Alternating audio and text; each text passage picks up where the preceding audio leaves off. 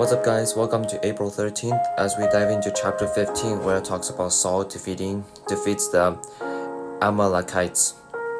One day Samuel said to Saul, "It was the Lord who told me to anoint you as king of his people Israel. Now listen to this message from the Lord. This is what the Lord of heaven's armies has declared. I've decided to settle accounts with the nation of Amalek for opposing Israel when they came from Egypt. Now go and completely destroy the entire Amalekite nation, men, women, children, babies, cattle, sheep, goats, camels, and donkeys." So Saul mobilized his army at Telaim. There were 200,000 soldiers from Israel and 10,000 men from Judah. Then Saul and his army went to a town of the Amalekites and lay in wait in the valley. Saul sent this warning to the Canaanites: "Move away from where the Amalekites live, or you will die with them, for you showed kindness to all the people of Israel when they came up from Egypt." So the Canaanites packed up and left. Then Saul slaughtered the Amalekites from Havilah all the way to Shur, east of Egypt. He captured Agag, the Amalekite king, but completely destroyed everyone else. Saul and his men spared Agag's life and kept the best of the sheep and goats, the cattle, the fat calves, and the lambs, everything in fact that appealed to them. They destroyed only what was worthless or of poor quality. The Lord rejects Saul. Then the Lord said to Samuel, I am sorry that I ever made Saul king, for he has not been loyal to me and has refused to obey my commands." Samuel was so deeply moved when he heard this that he cried out to the Lord all night. Early the next morning, Samuel went to find Saul. Someone told him Saul went to the town of Carmel to set up a monument to himself. Then he went on to Gilgal. When Samuel finally found him, Saul greeted him cheerfully. "May the Lord bless you," he said. "I have carried out the Lord's command."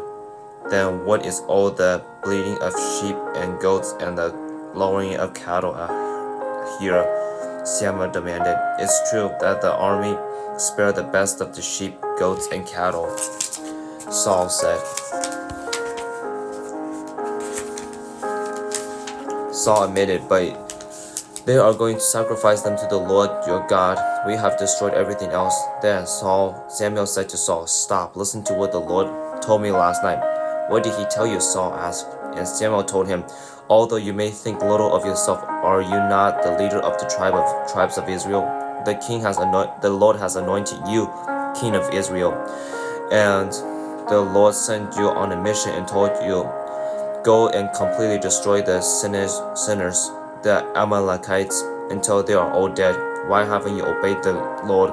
Why did you rush for the plunder and do what was evil in the Lord's sight?" "But I obeyed the Lord," Paul insisted. "I carried out the mission he gave me. I brought back King Agag, but I destroyed everyone else.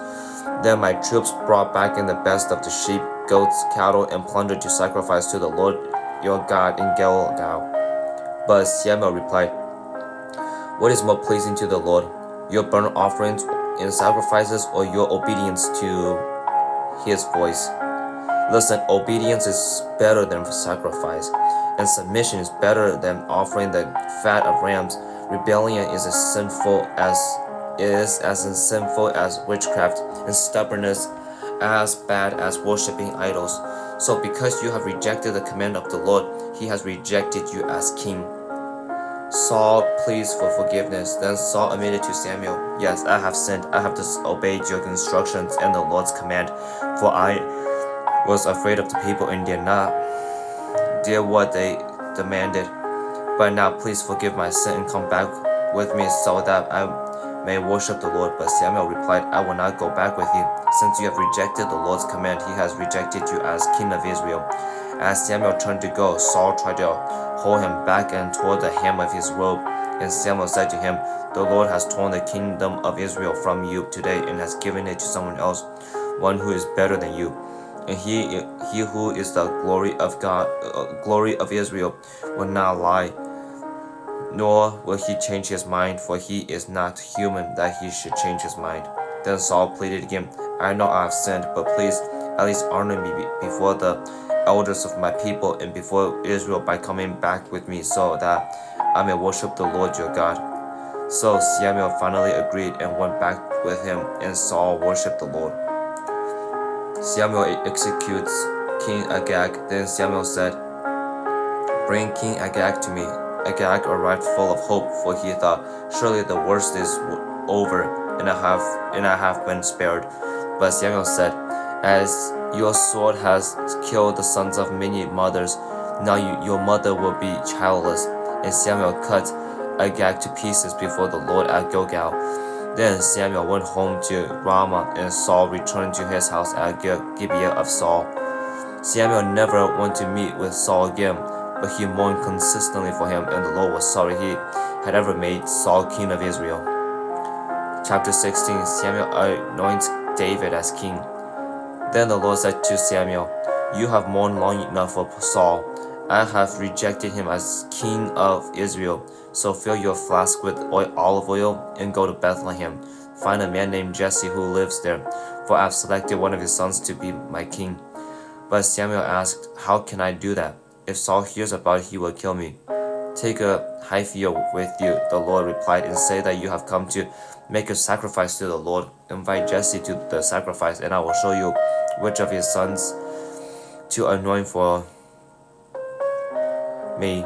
So Samuel did as the Lord instructed. When he arrived at Bethlehem, the elders of the town came trembling to meet him. What's wrong? They asked. Did you come in peace? Yes, Samuel replied. I have come to sacrifice to the Lord. Purify yourselves and come with me to the sacrifice. Then Samuel performed the purification rite for Jesse and his sons and invited them to the sacrifice too. When they arrived, Samuel took one look at Eliab and thought, Surely this is the Lord's anointed. But the Lord said to Samuel, Don't judge by his appearance or height, for I have rejected him. The Lord doesn't see things the way you see them. People judge by outward appearance, but the Lord looks at the heart.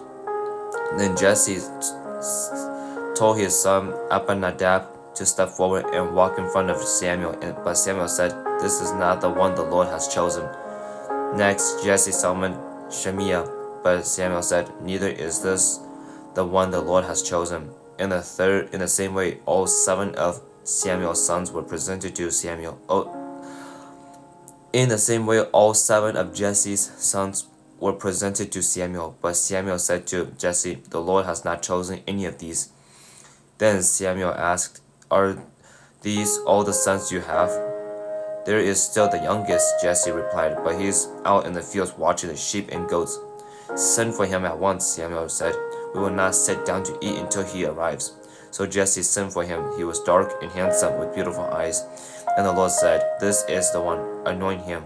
So, as David stood there among his brothers, Samuel took the flask of olive oil he had brought and anointed David with the oil. And the Spirit of the Lord came powerfully upon David from that day on. Then Samuel returned to Ramah. David serves in Saul's court. Now the Spirit of the Lord had left Saul, and the Lord sent a tormenting spirit that filled him with depression and fear. Some of Saul's servants said to him, A tormenting spirit from God is troubling you. Let us find a good musician to play the harp. Whenever the tormenting spirit troubles you, he will play soothing music, and you will soon be well again. All right, Saul said, Find me someone who plays well and bring him here. One of the servants said to Saul, One of Jesse's sons from Bethlehem is a talented harp player. Not only that, he is a brave warrior, a man of war, and has good judgment. He is also a fine-looking young man, and the Lord is with him. So Saul sent messengers to Jesse to say, Send me your son David the shepherd. Jesse responded by sending David to Saul, along with a young goat and a donkey loaded with bread and a wineskin full of wine. So David went to Saul and began serving him. Saul loved David very much, and David became his armor bearer. Then Saul sent word to Jesse asking, "Please let David remain in my service, for I am very pleased with him." And whenever the tormenting spirit from God troubled Saul, David would play the harp. Then Saul would feel better and the tormenting spirit would go away. Chapter 17, Goliath challenges the Israelites. The Philistines now mustered their army for battle and camped between Sakar in Judah and Azekah in Ephes-Dammim. Saul countered by gathering his Israelite troops near the valley of Elah. So the Philistines and Israelites faced each other on opposing hills, with the valley between them. Then Goliath, a Philistine champion from Gath, came out from the Philistine ranks to face the forces of Israel.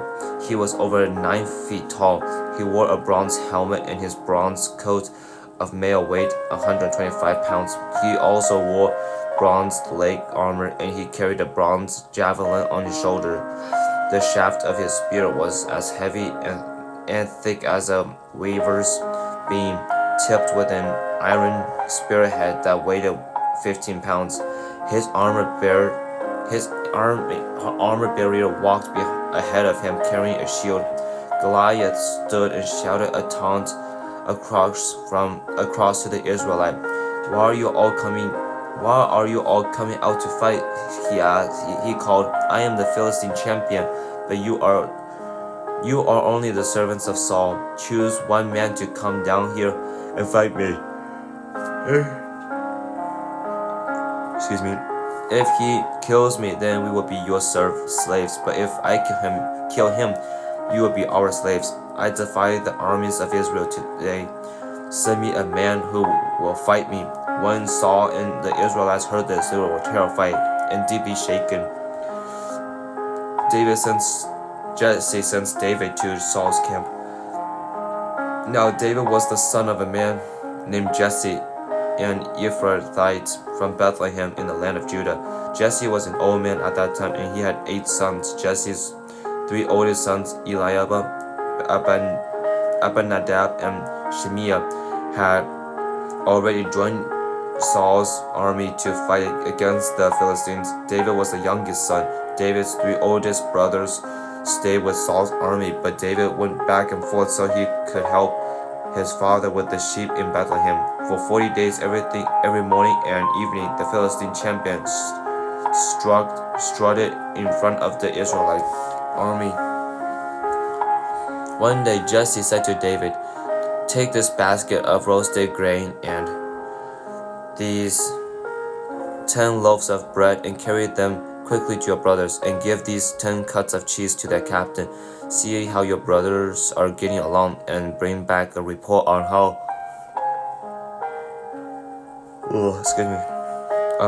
they're doing." David's sons were with Saul and the Israelite army at the valley of Elah, fighting against the Philistines. So David left the sheep with another shepherd and set out early the next morning with the gifts, as Jesse had directed him. He arrived at camp just as the Israelite army was leaving for the battlefield with shouts and battle cries. Soon the Israelites and Philistines forces stood face to face, facing each other, army against army. David left his things with the keeper of supplies and hurried out to the ranks to greet his brothers. As he was talking with them, Goliath, the Philistine champion from Gath, came out from the Philistines' ranks. Then David heard him shout his usual taunts to the army of Israel. As soon as the Israelite army saw him, they began to run away in fright. "Have you seen the giant?" the men asked. "He comes out each day to defy Israel. The king has offered a huge reward to anyone who kills him. He will give that man one of his daughters for a wife, and the man's entire family will be exempted from paying taxes." David asks the soldiers standing nearby, "What will a man give for killing this Philistine and ending his defiance of Israel? Who is this pagan Philistine anyway, that he is allowed to defy the armies of the living God?" And these men gave David the same reply. They said, Yes, this is the reward for killing him. But when David's oldest son Eliab heard David talking to the men, he was angry. What are you doing around here anyways? Anyway, he demanded. What about those few sheep you are supposed to be taken care of? I know about your pride and deceit. You just want to see the battle. What have I done now? David replied. I was only asking a question. He walked over to some others and asked them the same question and received the same answer. Then David's question was reported to King Saul, and the king sent for him. And that's the end for today. Yeah, David is like one of those characters. Like he's literally like the most humble character in the story, and like the most like devalued human being on the planet. And yet God is able to use the most humble, the most devalued person in the country to basically humble those who are humble the kings of Israel, humble the soldiers who are claimed to be like the best of the Israelites. Yeah, it shows like the greater your pride is, the harder your pride will fall. And sometimes God has to use the most humiliating way of humbling people, like the Israelites, through David's innocence.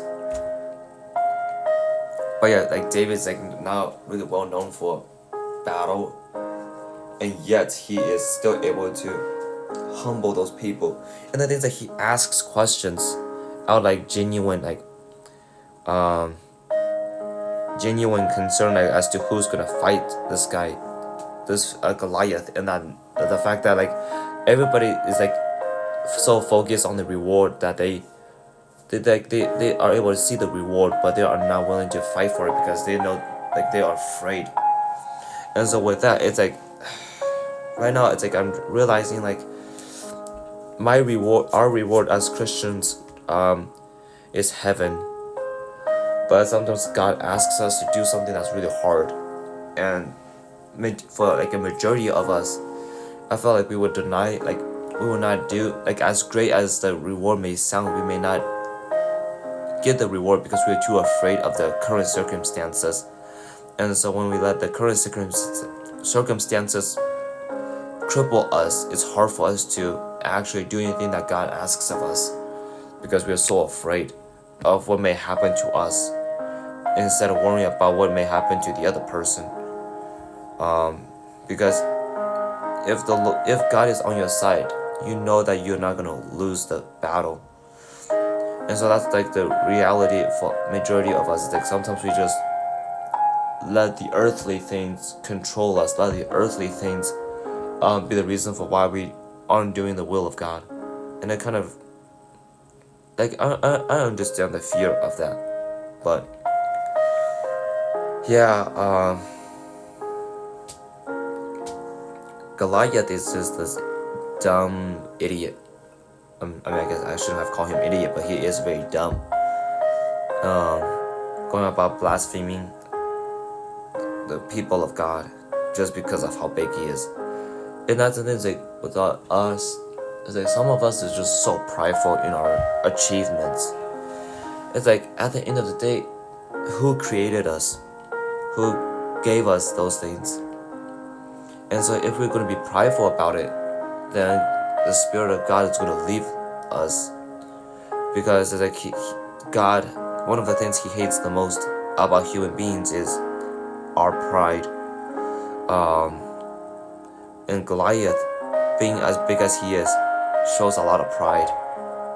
And then the Israelites are like a bunch of cowards in a sense. It's crazy. It's like how you could be so stubborn towards a God who literally helped you through so much. I feel like sometimes we could forget all the things that God has done, and really like focus on our like the scary part of of what God is asking of us, instead of like reflecting on and seeing how much God has backed us up. But yeah, it's just something that I really highly encourage us all is reflect on the goodness of God and how He has always been on our side when we should have lost something. God is like right there. It's like, can we trust God based off on the consistency that He is towards us, instead of being fearful of our circumstances and situations.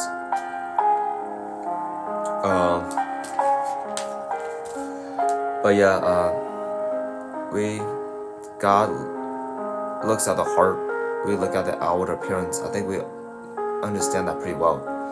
Somebody could act as religious as they want, but their heart could be far from pleasing God. And so yeah, it just, I don't know, guys. We are setting ourselves to fail if we are physically attractive, physically strong, and yet spiritually we are not. We should be caring more about our spiritual strength, strengthening our spirits, in our faith in Christ, than our physical bodies. It makes me sad, like when people would rather go to gym instead of going to plug themselves into like a church who could help strengthen their faith. It's like, your body's gonna die, guys. Our bodies are gonna like turn into dust, but our spirit's not gonna turn into the dust. So why are we so focused on training our bodies to accomplish temporary, useless awards, when there's like a greater award that will last eternity? If only we spend just as much dedications, if not more dedications, towards our spiritual being, towards like strengthening our spiritual beings and stuff. But yeah, that's just something that really stood out to me. It's like, stop worrying about what you look like. Stop worrying about what you look like on the outward appearance, and start reflect on your inwardly appearance, and reflect on if God is going to be pleased with you or not when it comes to your spiritual well-being stuff.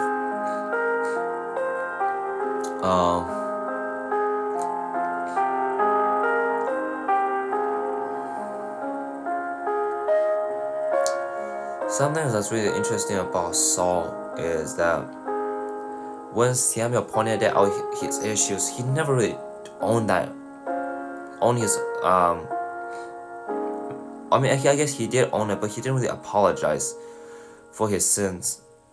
In verse 24, it talks about how like Saul admitted to Samuel, "Yes, I have sinned. I have disobeyed your instructions and the Lord's command, for I was afraid of the people and did what they demanded.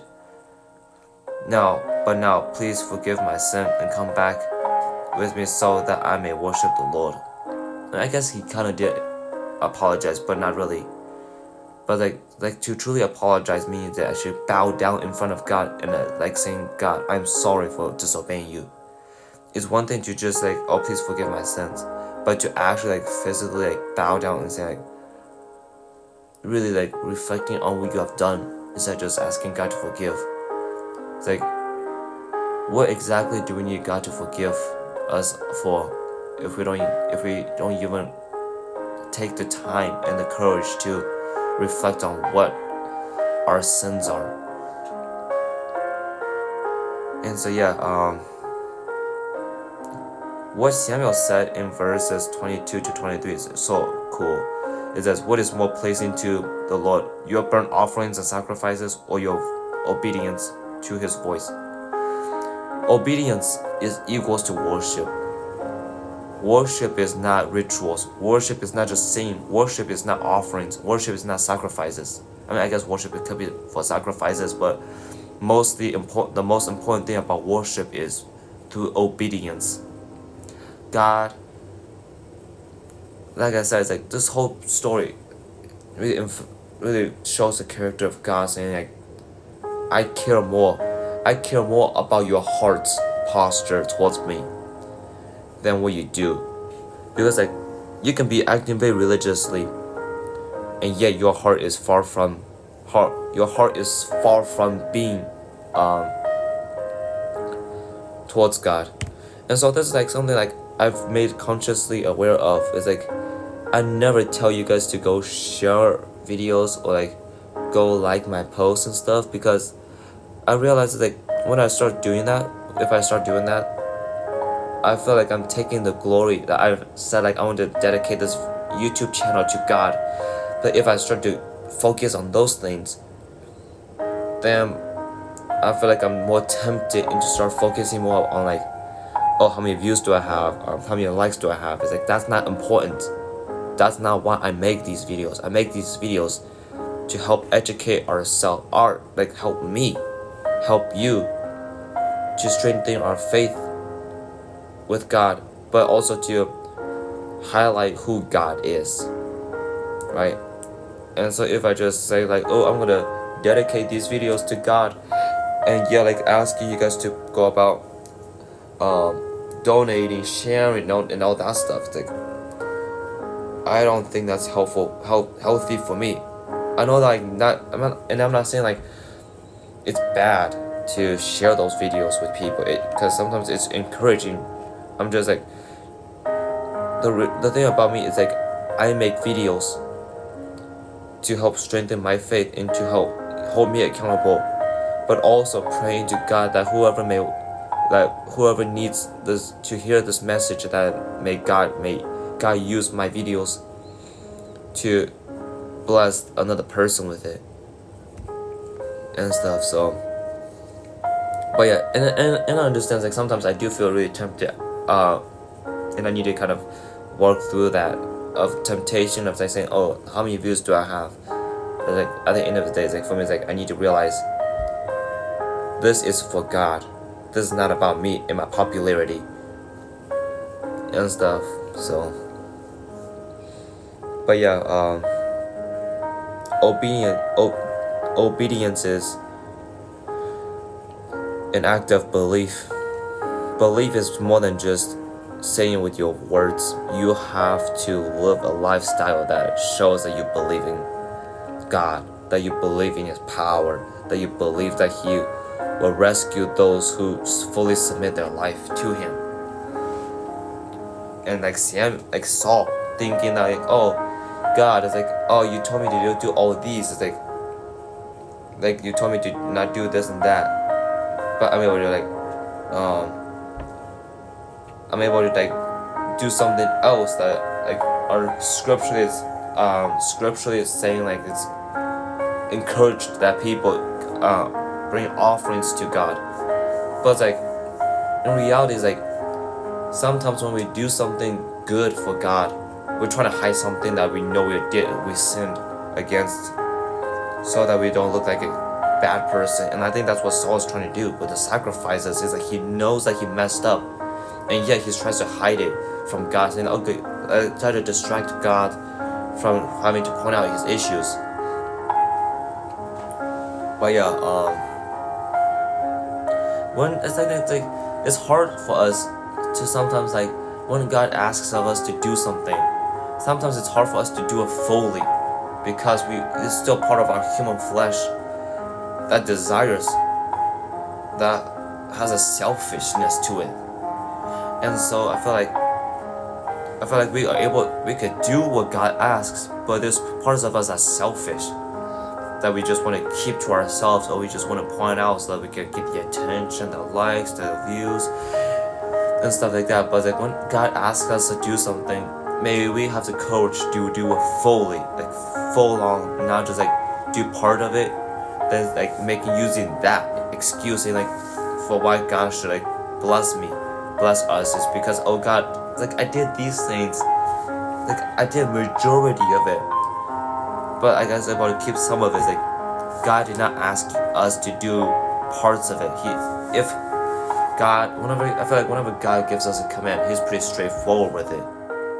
But we want to like manipulate His words into what we want Him to say, because we're not fully ready to commit to what He says and stuff. But yeah, I just encourage us to not stop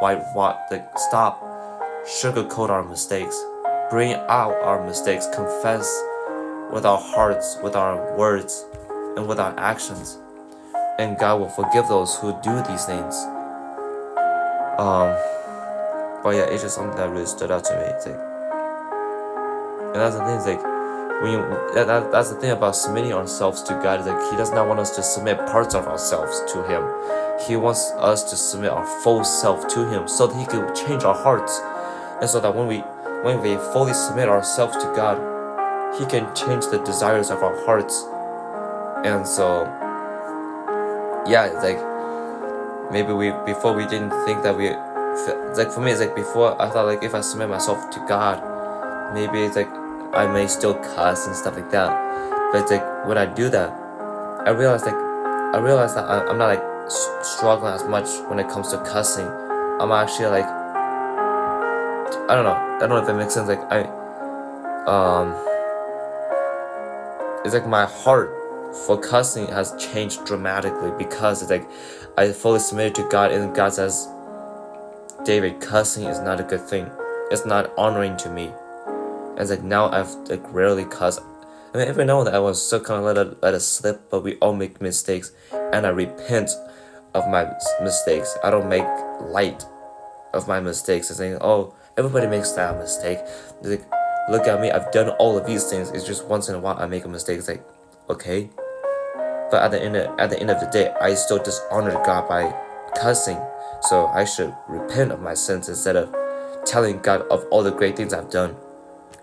And like when it comes to great things that we have done, it's like the things that we have done good are filthy rags to God. Rags are to God. And so we cannot